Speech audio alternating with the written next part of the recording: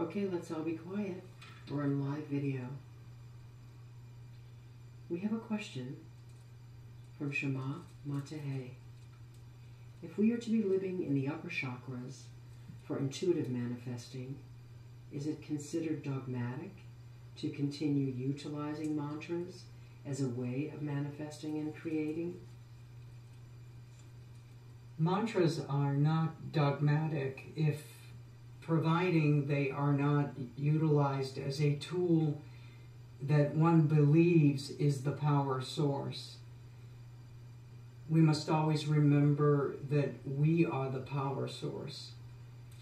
If the power source is made into the prayer or the meditation process, then it is a dogma. But providing that the dogma is avoided by keeping the consciousness that we are the power and that the mantra is the tool that is enabling us, then there is no dogma. It is beneficial. Next question from Kali Chandra. By looking at death at the end of life, do relatives and friends make it more difficult for the soul that is transitioning to move on to another life by holding that energy of death as the end regarding their loved one? In the beginning of the process of transitioning, our actions can make it difficult for the soul to cross over if there is a lot of holding on to the person or to the idea or the psychological concept of the person.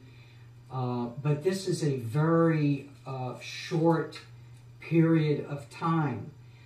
Once the bardos begin and the soul is lifting out of the body, there very little of the drama around the person who is transitioning will affect them, because they are very preoccupied and pulled into the Bardo system, what I call the Bardo Vortex. So basically, these are all psychological worries of the person who is still incarnate in the body. The moment the person has released the body, even though they may be floating around the room with you, they are very detached from you, and basically it's no longer about us, it's about them. And they are in a state of focused mind that we have difficulty achieving because we are in the physical body with the ego intact.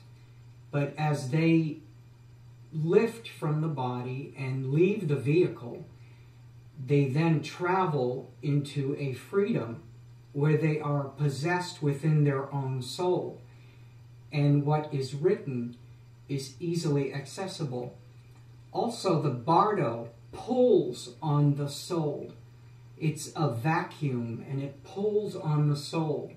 So there's very little that the incarnate person in the room with the person who is passing and transitioning can do to affect the person in a negative way. The bardo and what the person has written takes over, and the process is extremely well structured and well written by each one of us before we plan the exit, because we never know what we may have encountered to change what we have written in those last moments that we are departing from the flesh body. Part 2, same question. Should we speak of them as though they are here but not in the physical? We can speak of them as they are here. They are not in the physical anymore. But speaking of them as though they are here is strictly for your own ego. It's strictly for your own gratification, because there is no here. They are actually omnipresent. They are transcendental at this stage. We who are still in the room, who speak of they as still here, we do this because we are locked in a box of thinking within this dimensional frequency, within being in an incarnate lifetime. But they have transitioned, they have moved beyond that limitation, and there is very little that how we speak of them will affect them.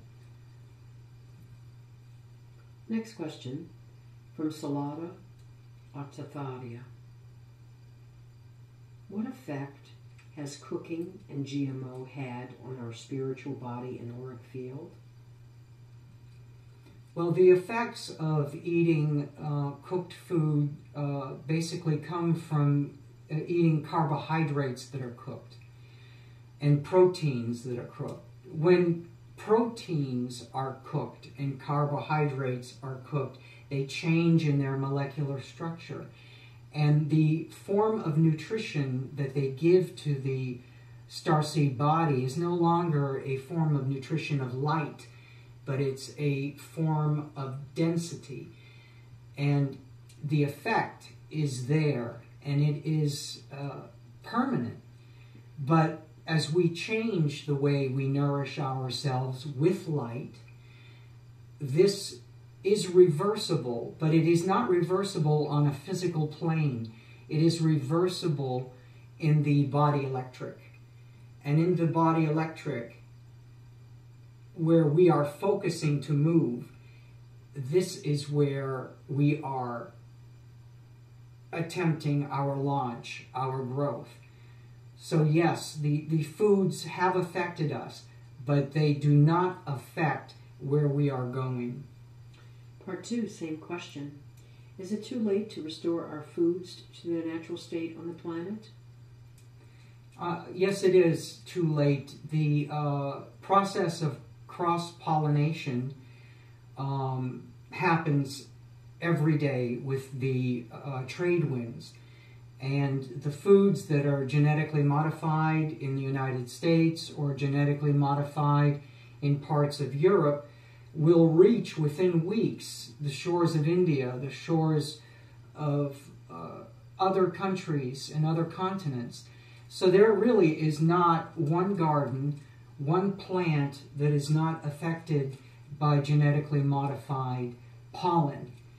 And that is why we must move in the body electric above the genetically modified agents and growing our own food from our seeds and seeds that we know have been stored in airtight containers from before the 1990s. And that is the way around this. Next question from Yama Yanabari. In bringing forth the Siddhis from the silence that we create, we have utilized the Sanskrit sound hrit for the Siddhis to ride upon, and we have also used no vocal sound or chant. In continuing the momentum of utilizing Siddhis, what guidance and suggestions do you have?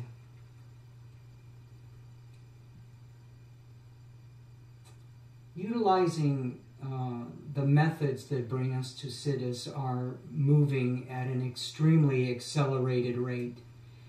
And the mantras really do not have such a great power anymore. We are moving rapidly into the utilization of the Merkaba. And the Merkaba, as many pronounce it, being the source of utilization, it's more so the intention than the mantra at this point. we are moving into a different energetic expression, a different energetic body.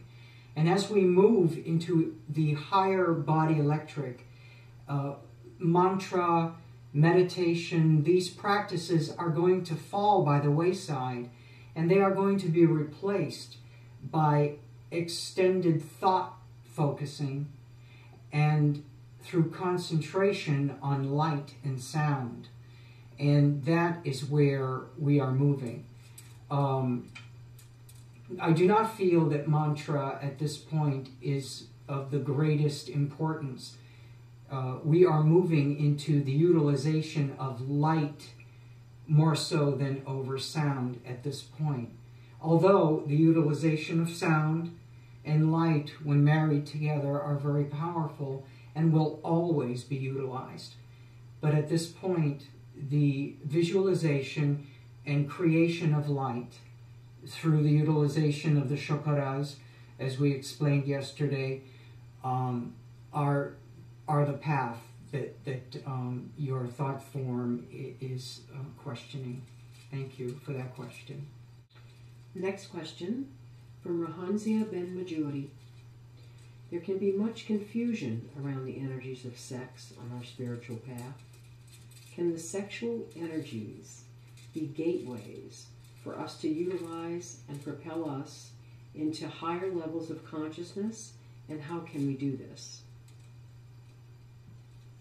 Sexual energies have been utilized for thousands of years by great masters for working with the Kundalini energies, the energies of the lower chakras.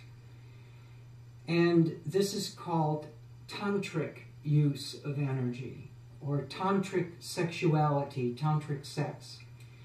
And this is a thing, sexuality is a part of the human nature. It is a part of the human expression. And there are dogmas that exist and have existed that have tricked us spiritually by telling us that sexuality is dirty, that it is bad, it is evil. But sexuality is a very important part of the whole mechanism of the body electric.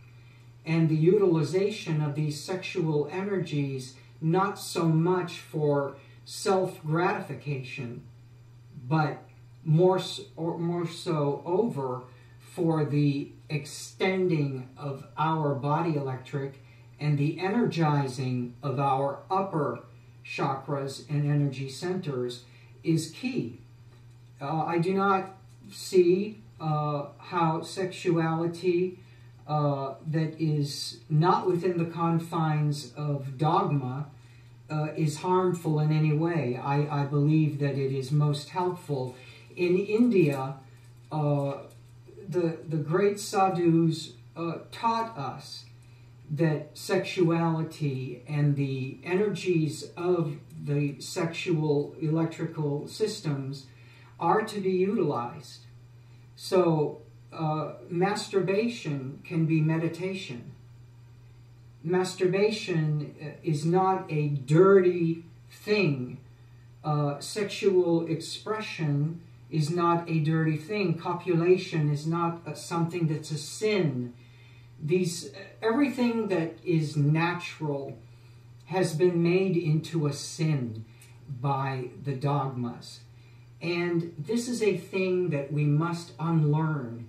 Everything that is natural about us, sexual feelings, sexual desires, sexual drives, they are all part of the body electric. And if we isolate off one part of the body electric because a dogma has deemed it to be dirty or a sin, then we are blocked, because it is the same as if you are a right-handed person and someone were to cut off 4 of your fingers, and then you would try to take a pen and sign your name with your thumb without any fingers. you would be impeded. So by removing a part of the body electric in this fashion, we have been held back for centuries from experiencing the totality of our electromagnetical expression of light. Sexuality is a natural part of the electrical system of the body. And there are no particular ways of expressing sexuality that are wrong or right, providing that sexuality never imposes harm to another, that it is never utilized as a power tool over another being, that it is always utilized with the greatest of respect and honor. That is indeed a wonderful question. Thank you. Next question from Prajapati Sakata. Recently, someone who I respect as very tuned in held my hand, noticed it was cold, and asked me if I was a vegetarian. I said no, raw vegan. And she then said, "You need more protein." She didn't know me very well at all or how I ate, but sensed I was needing something. Would you like to comment on this? It would seem that everyone has a secret desire to be a nutritional expert. My answer to this question is, first, the intake of protein into the body has nothing to do with the temperature of the extremities. We are speaking, perhaps this person was not a starseed who said this to you. With the starseed, when there is a coldness in the extremities that is experienced, it can be traced to a mineral deficiency such as iodine. But that is the only time that it goes near diet. It is usually the energy body that is vibrating and oscillating at such a high frequency from the high enzymatic diet, or what you would call the hygienic diet that you are eating. The question of protein, we all have eaten far too much protein. We are riddled with cancer in the world today because of the overabundance of protein in the body. The body cannot digest and assimilate the amount of protein that this person is thinking of. The coldness in the extremities, many times on a person who is within your level of consciousness, it is an energetic shifting and a detoxification that is occurring. Sometimes my fingertips are cold or my feet are cold, and it is usually when I've eaten too many oranges or too much sugar, visited the date farm a little too much, and the balance of my pH, my alkalinity and acidity may be off slightly. You will experience some coldness in the extremities, but very rarely does this have to do with protein at all. It is not related. This is something that is in her universe. It is not in yours. And you are well on your path, and you know that. That's a very good question. The issue of protein, I think every one of us who is on a living foods regime is subjected to the protein myth by someone at least once a day. Next question from Shena Bonarte. Will you please delve deeper into the effects of the experience of a long silence and the joys and struggles that unfold with time? Oh, there are a long period of silence or a vow of silence, which I have seen all of my teachers do a vow of silence. Vow of silence brings you on a roller coaster of experiences and emotions. You will face every disappointment there is to be faced. You will face every gratification that there is to be faced.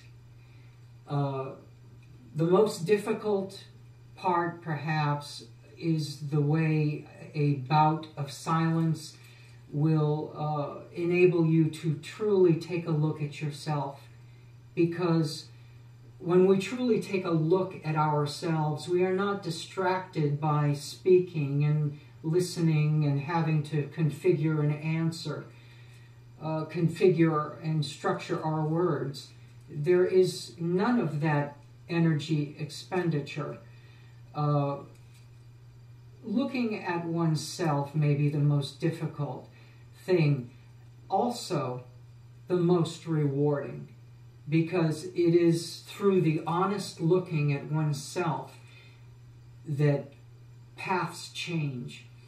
And believe me, having been there and having experienced several of my teachers going through this firsthand, doing this vow of silence firsthand,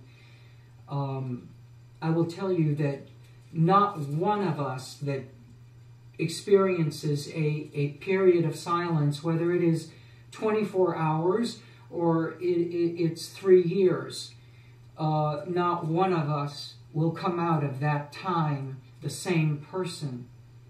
And that I guarantee you. We do not come out of silence the same person that we were when we entered it. Thank you. We have another question from Jai Dananda. How frequently and for what length of time should we as starseeds and as a tribe partake in silence? If one is beginning silence, I suggest in the beginning to proceed with half a day commitment, once a week, and then proceed to a full 24 hours once a week, then 2 days, and then try for 3, then a week. The benefits from this cannot be placed into words. It is something that you must experience yourselves. It will absolutely astound you, the place that silence takes you. You experience facets of yourself that you were unaware existed, and depths of your personage that will astound you in every manner and form. Thank you. Next question from Ananda Baduri. We talk of doing less, but we seem to have more of a carbon footprint than ever. What will be our future starseed method of interaction? As more and more of us move into an off-grid lifestyle, utilizing less and less carbon-hungry devices, the more free we become to remembering who we are. At this time, we utilize our little devices, and that is all well and good, and they are necessary at this time. But as we move into a more carbon-free life, we are essentially pushed by ourselves into utilizing our telepathy, our indigenous abilities that come from within. And those abilities will never be accessed providing we are using crutches. The crutch will always carry our weight. But as we move into the deutilization of these crutches, the more the freedom of our being comes to the surface? That's a wonderful question. And contemplate that it's not so much about a carbon footprint as it is about a releasing of one's inner potential by having less, by being minimal. The more minimal we are, the more expanded we become. Thank you. Next question from Rama Nagendra. What benefits are realized from sex interplay for the starseed? And is there anything detrimental? Well, again, we're addressing the yoga of Tantra. Sexual interplay is a natural part of the body electric. It is not a bad thing. Religious institutions have told us for centuries that it is a bad thing. People have been punishing people for giving birth. It's ridiculous. Everything that is nature has been deemed a sin. Everything that is natural has been deemed dirty. There is nothing that is a sin about the body electric. It is a sign of life. It is a sign of movement of energy. And one must explore their sexual being, especially in their youth, to develop fully as an electrical personage, as an electrical starseed that is fully intact electrically. Here it is a necessity to begin to look at our energetic responses to the flesh body and being housed within it as natural. And there is not one part of the electrical body that is better than the other. They are all required. They are symbiotic. And they are required by each other to maintain the whole. Sexual interplay is a part of the exploration of the body electric, and it is no different than mantra, than meditation, than yoga. They are all expressions of life, and they are all wonderful. Thank you. We have a question from Tananda Madi. Could you expound on the challenges you went through during your vow of silence? Oh, yes, challenges. One cannot enter a vow of silence and not expect a few challenges. And my challenges were especially focused on when a loved one near me was suffering for some reason. And I could not utilize words to comfort them. That was very painful for me. And it made the silence very difficult in that moment because the ego speaks to you. This is a special situation. It is all right to speak in this situation. So you will encounter the ego, especially in a situation where it is painful to be silent. And that is usually when a loved one is hurting or suffering, and you cannot speak. You can be there for them lovingly, but you cannot speak because of your vow of silence. That perhaps was the most challenging part of silence, and continues to be for me when I am in silence. And I guarantee you, the moment you go into silence, someone you love will go into crisis. Proceed. Part 2 of the same question. So what did you do to get through a period of acute challenge?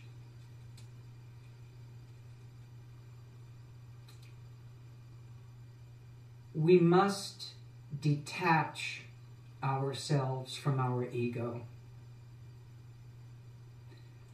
We must remember that it is the ego that is saying it is wrong not to say something.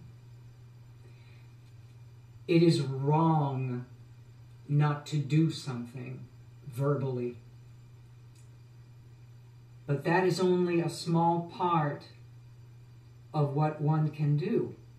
One can physically comfort a person. One can be there physically with them. And the lesson here is that words are not the comforter. Words are only words. They really do not do the comforting. It is the sincerity in your presence with that person that does the comforting. Words are not on the electrical level. They are not from the body electric. Words are from the ego. The action of comforting a person cannot be done with sweet, lovely, kind words.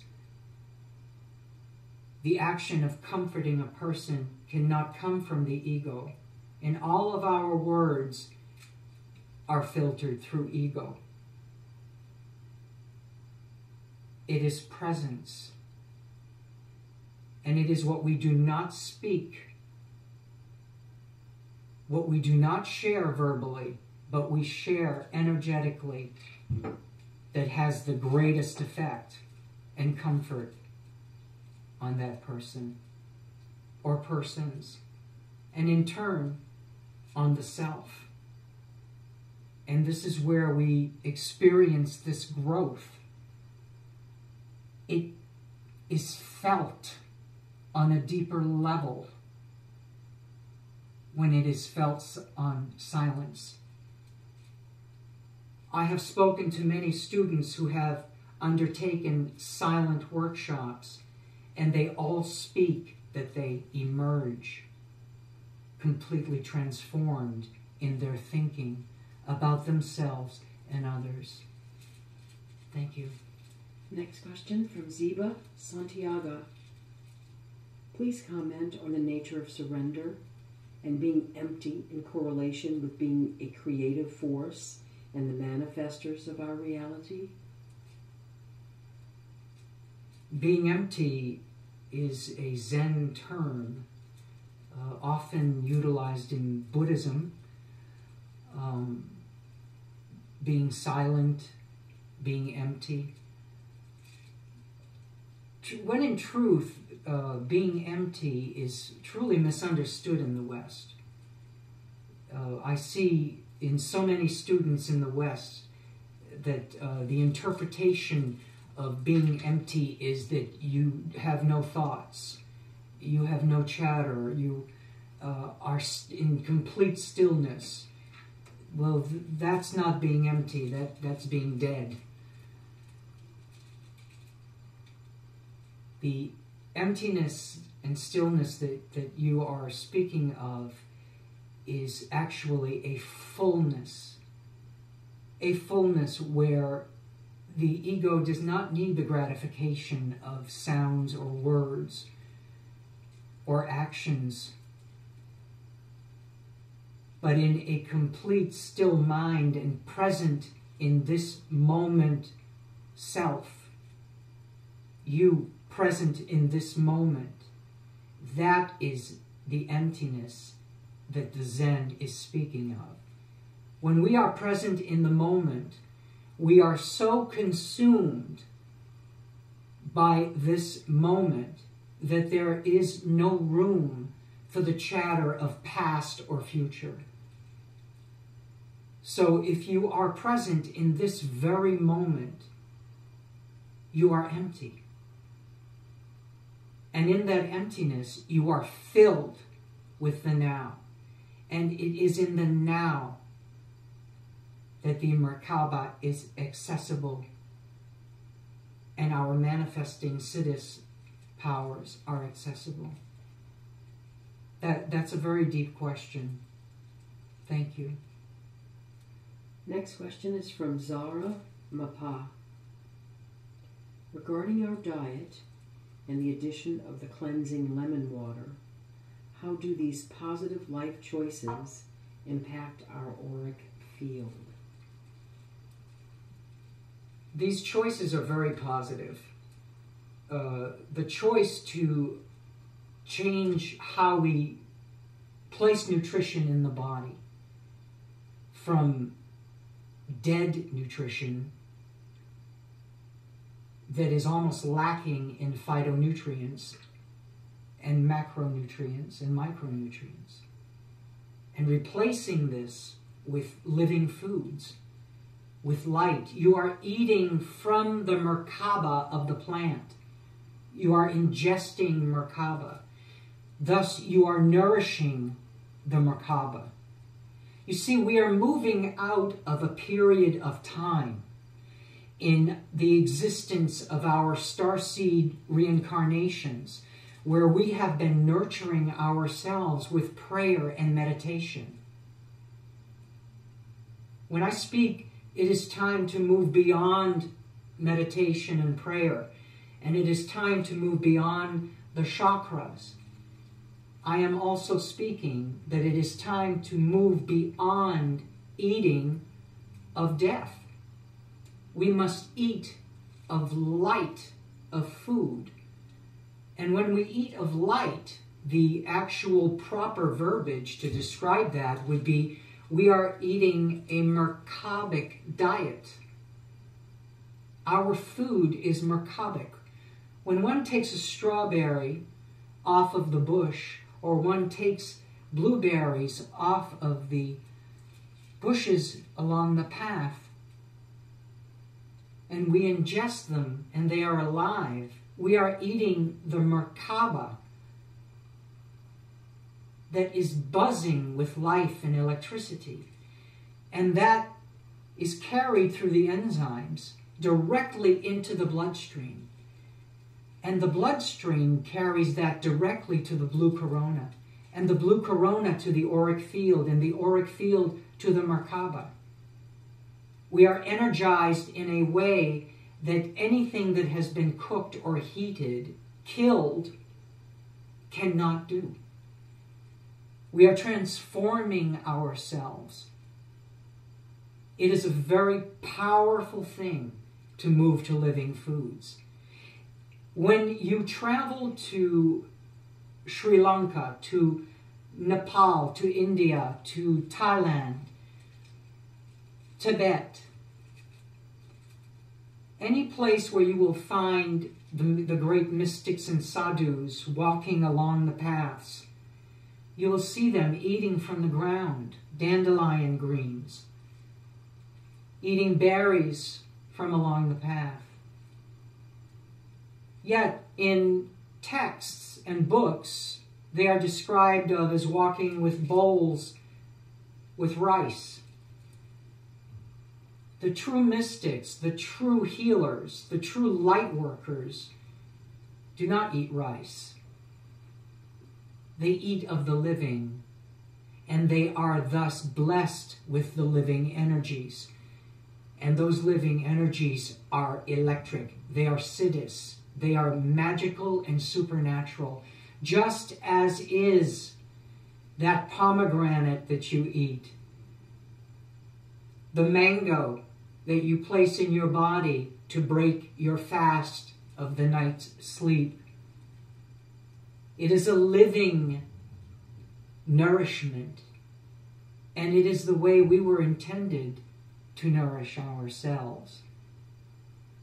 Perhaps the genetically modified debacle that we are going through at this time on this planet is the greatest blessing that the starseed nation could ever have experienced, because it is pushing us It is pushing us into nourishing ourselves with light. We become what we eat. If we eat of death, we become death. If we eat of the light, we become the light. If we eat of Merkaba, we become Merkaba. Merkabic in nature. That is an auspicious question. Thank you very much. We have a question from Purusha Radha. I recently and very intimately witnessed the passing and transition of a beloved friend. Do ties to earthly associations and commitments of many kinds, which have not been severed before one's passing, make a transitioning soul's passage through the bardos particularly more challenging? No. Truly there is nothing that you can do at the bedside of a person who is transitioning to challenge their bardo. The bardo is far of greater strength than we are. And we are never more filled with ego than when we are at the bedside of one who is in transition. Because we move into the greediness of our emotions, the greediness of our loss of that person. And the ego overrides our higher self understanding that this is a divine and auspicious moment for this person. And they are being freed from a chastity to the earth plane. That we ourselves, in our greed and grief, because grief is greediness. The more enlightened an entity is, the more they view the death process, as we call it, or the process of transitioning, as a great gift. It is a change of state. It is not death. The ego says death because the ego sees this as I will no longer see or interact with this person on the physical plane. I will no longer hear their voice. That is egotistical, and it is of the mind. It is not of the body electric, and it is not of the cosmos. Because the person who is transitioning into the bardo are changing their clothes. They're still there. Personality intact and very much alive. And they view us sitting by the bed or witnessing in our drama and our tears. And they know that it is our greed. And we never consider that because we are swallowed in it, our own self-sorrow of loss. When in truth, there is no loss in this process. There is gain. Because a person who has loved you, who transitions to the greater self, have the greater ability to assist you and communicate with you. We are fortunate to have a loved one pass, and they are fortunate to pass from this life body. I know death. I have seen death also, but perhaps with different eyes than those in the West.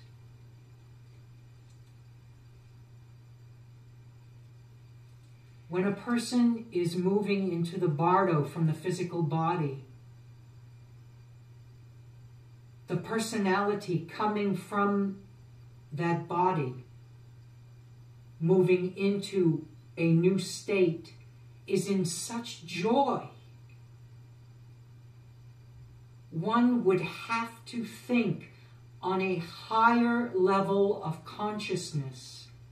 How can we be crying and feeling greed to keep that person with us when they are moving into an expanded joy of their expression and their travel on their path?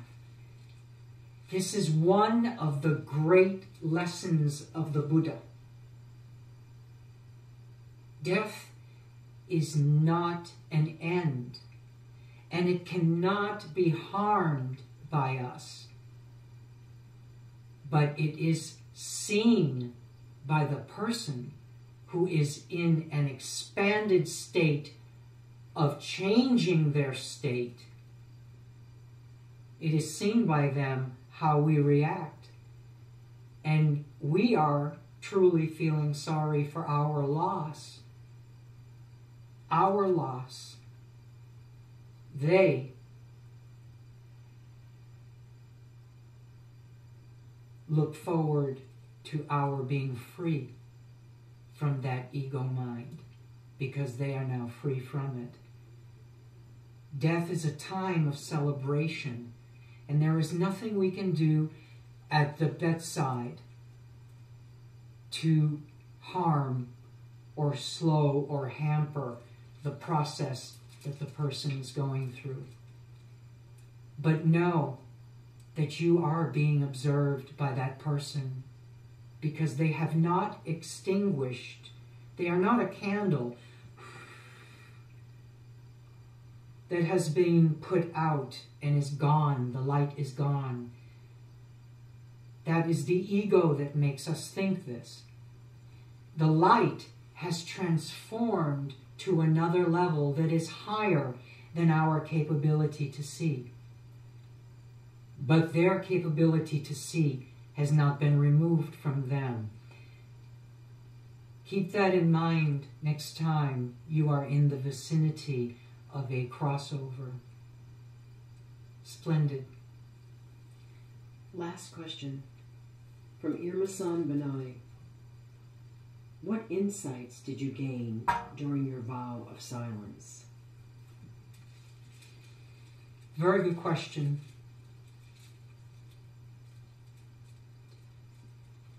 I will give you one insight, and that one insight is that words and conversation are not our friends.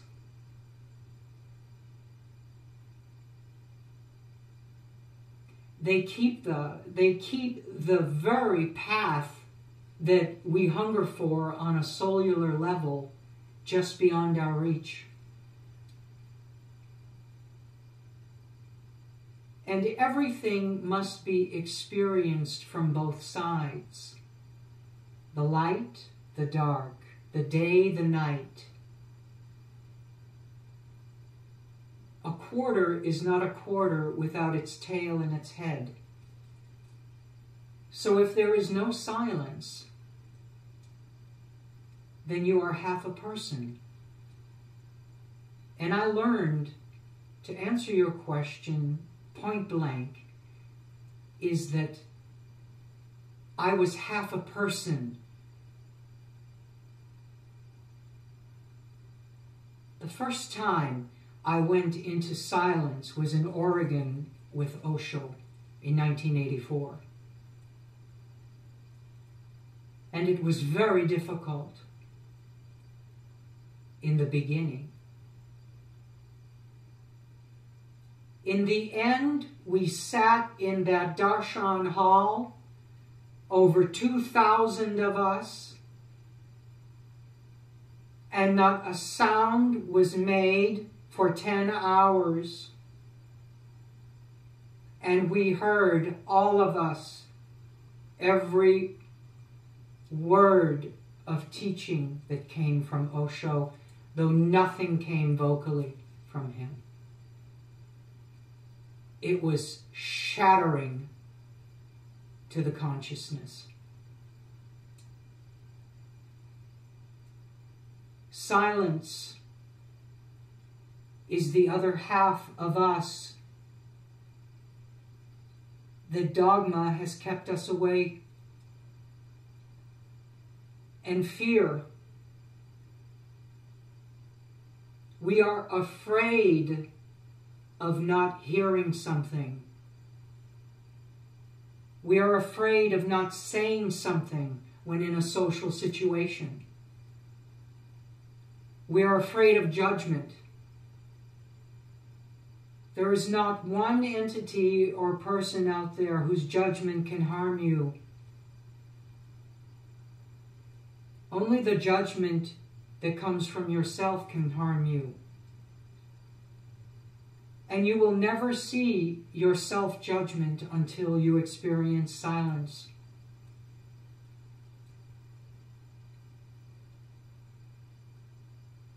That is my answer. Thank you for this satsang. Om Shanti.